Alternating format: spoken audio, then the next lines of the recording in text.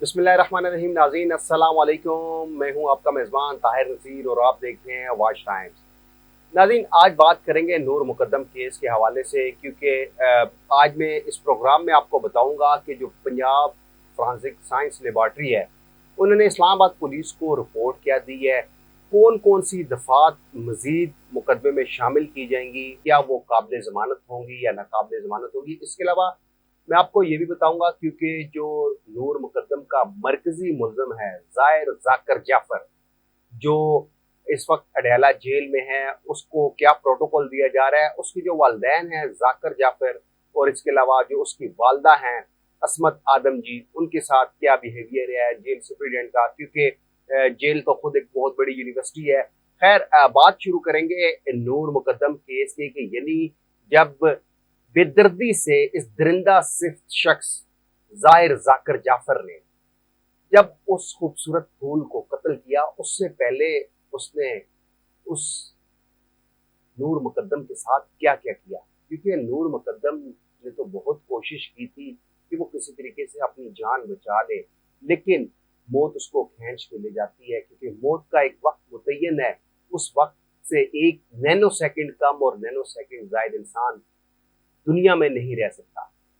लेकिन जो Punjab forensic science laboratory है, उनकी जानिब से जो रिपोर्ट दी गई है, उसमें ये कहा गया है कि दरिंदा सिर्फ मुलजिम ने, यानी कि जाहिर जाकिर जाफर ने नूर मुकद्दम के साथ जिनसी ज्यादती की है।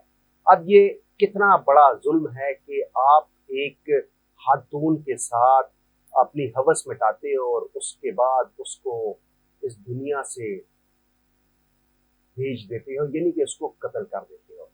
जो पंजाब फॉरेंसिक साइंस लेबॉर्ट्री है, उनकी जानिब से जो रिपोर्ट इस्लामाबाद पुलिस को मौसूल हुई है, उसमें यह भी कहा गया है कि नूर मुकद्दम को कत्ल करने से पहले एक तो उसको जिनसी हवस का निशाना बनाया गया है।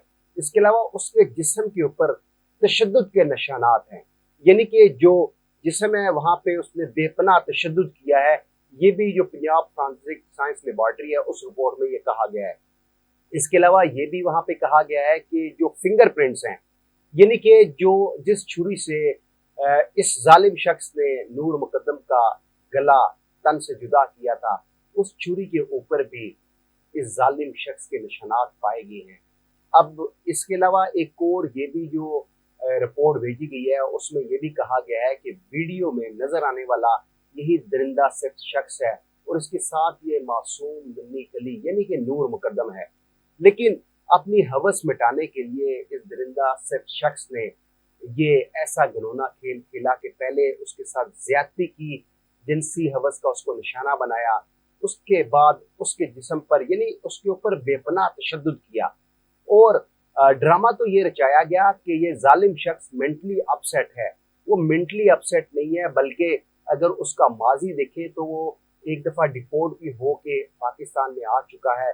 और उसके अलावा क्योंकि उसके पास नेशनलिटी थी, तो उसने सोचा पाकिस्तानी कानून आंदा है तो मैं किसी तरीके से बच पाऊंगा। लेकिन जिस तरह का चलान बनाया जा रहा है, और अब होना यह है कि जो ज्यादती की दफा है वो भी मुकदमे में लगाई जाएगी, और उसकी सजा भी सजाए मौत है। अब यहाँ पे उनके तरफ से यानी कि जो मुलजमान हैं, उनकी तरफ से तो ये कहा जाता रहा जी कि हम बच पाएंगे, लेकिन जो मुलजिम जाहिर जाकर जाफर है, वो लम्हा बलम्हा अपनी वालदा को, अपने वालिद को इस सारे मैटर से आगाह करता रहा। और हमने गुज़िश्ता प्रोग्राम में भी कहा था कि जाहिर जाकर जाफर ने नूर मुकद्दम को कत्ल करने के बाद टेलीफोन करके अपनी वालदा और वालिद को ये सारा कुछ बता दिया था। लेकिन जो वालदैन हैं, उन्होंने इसकी बात ना सुनी और वहां पे एक रिहेबिलिटेशन सेंटर वाले भेज दिए, और वहां पे भी जो उस नौजवान के साथ हुआ, जिसका बयान भी रिकॉर्ड किया गया है, उसको भी उसने छुरी मारी जाहिर जाकर जाफर ने। अब जो पंजाब फॉरेंसिक साइंस लेबॉर्ट्री की रिपोर्ट है, वो इस्लामाबाद पुलिस को मौसूल हो चुकी है।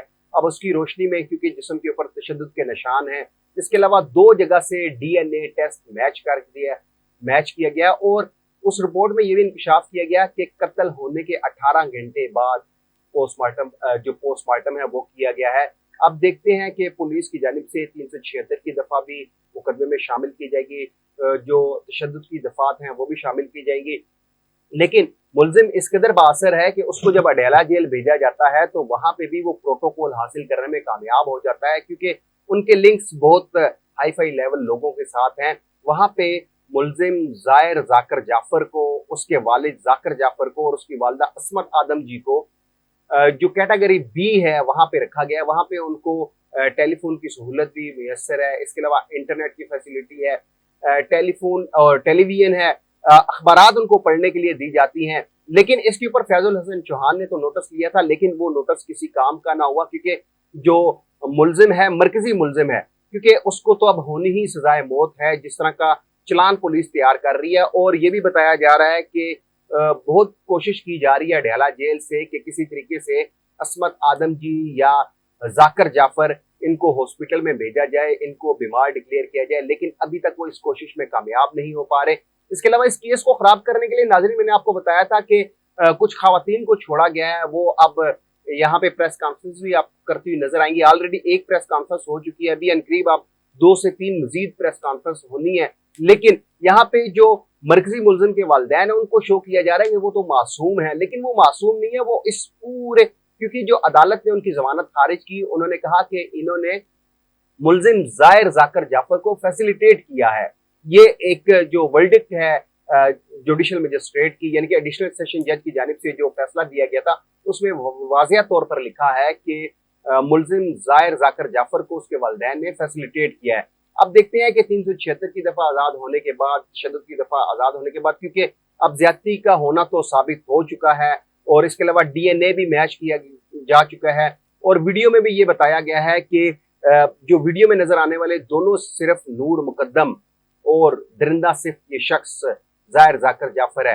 अब पुलिस उस दफा भी आजाद करेगी, यानी कि उसको शामिल किया जाएगा। अब अडयाला जेल की जो सूरत हाल है, वहां पे बहुत ज्यादा प्रोटोकॉल दिया जा रहा है इन तीनों माँ बेटे को, और वहां पे किस तरीके से ये इस कोशिश में है कि इनको बीमार डिक्लेयर किया जाए, या मुलजिम जो मरकजी मुलजिम है जो बहुत ज्यादा उस तरह की हरकतें कर रहा है कि इसको ये शो किया जाए कि ये मेंटली अपसेट है, लेकिन वो मेंटली अपसेट नहीं है। जितनी रिपोर्ट्स उसकी पेश की गई हैं वो सारी पुलिस हुकाम का ये कहना है कि वो जाली है और मुलजिम बिल्कुल अपने होशो हवास में था। जो अडयाला जेल के सुप्रिटेंडेंट हैं उनकी जानिब से जो हमारे जराए हमें बताते हैं कि उनको प्रोटोकॉल दिया जा रहा था, लेकिन जो फयाजुल हसन चौहान है वजीर जेल खाना जात, उन्होंने नोटिस लिया, उसके बाद अब उनको दोबारा आम कैदियों के साथ रखा जा रहा है। अब देखते हैं कि इस केस में, क्योंकि जो मरकजी मुलजिम है उसके वालिदैन ने इस्लामाबाद हाई कोर्ट में भी जमानत के लिए रुजू करना है, वो कब रुजू करते हैं। अगले प्रोग्राम तक के लिए अपने मेजबान ताहिर नसीर को इजाजत दीजिए।